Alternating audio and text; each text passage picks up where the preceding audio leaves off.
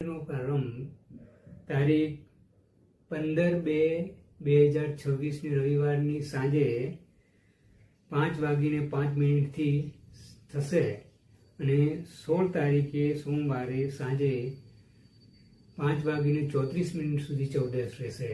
તો આ સમય મહાશિવરાત્રિનો હશે. મહાશિવરાત્રિના દિવસે વહેલા ઉઠીને સૌ પ્રથમ ભગવાન શિવના મંદિરે જવાનું, નાહી ધોઈને તૈયાર થઈને સ્વસ્થ કપડાં પહેરીને શિવજીના મંદિરે જઈને પ્રાર્થના, જલાભિષેક વગેરે કરીને સંકલ્પ લેવાનો કે હું આખો દિવસ ઉપવાસ સાથે પૂજા પાઠ કરીશ, મંત્ર જાપ કરીશ. સાંજે ફરીથી પણ નાહી ધોઈને શિવ મંદિરે જવાનું અને બને ત્યાં સુધી આખી રાત ઓમ નમઃ શિવાયના મંત્ર કરવાના. જો શક્ય ન હોય તો પ્રથમ પર અથવા દ્વિતીય પર સુધી તો જરૂર કરવા. શિવજીના મંદિરમાં જઈને પૂજા માટે ધ્યાન ધરવાનું. આપણા શાસ્ત્રોમાં અથવા વિજ્ઞાનીઓ કહે છે કે કોઈ પણ મંત્ર અથવા કોઈ પણ ઉચ્ચારણ કરીએ તેના વાઇબ્રેશન આપણા ઈષ્ટદેવ સુધી જતા હોય છે આપણા આભામંડળ દ્વારા.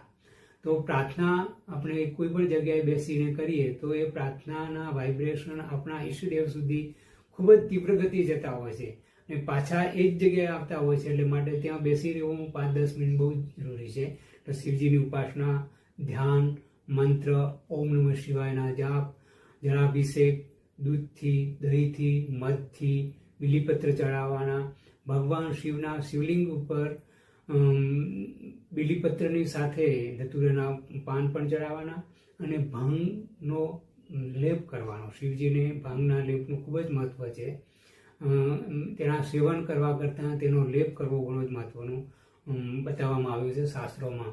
અને બીજો એક ઉપાય છે તે બહુ જ જરૂરી છે, દરેકે વ્યક્તિએ કરવો જોઈએ. તે છે શિવરાત્રિના દિવસે શમી વૃક્ષના પાન લાવી અને ભગવાન શિવને અર્પિત કરવાથી દરિદ્રતા દૂર થાય છે. શમી વૃક્ષમાં ભગવાન શનિદેવનો વાસ છે અને તે દિવસે શિવજી ભગવાન શિવના શનિદેવના અતિ પ્રિય દેવ છે અને તે અર્પિત કરવાથી એવું માનવામાં આવે છે કે દરિદ્રતામાંથી મુક્તિ મળતી હોય છે. તો આ શિવરાત્રિએ દરેક વ્યક્તિએ આ ઉપાય કરવા જેવો છે.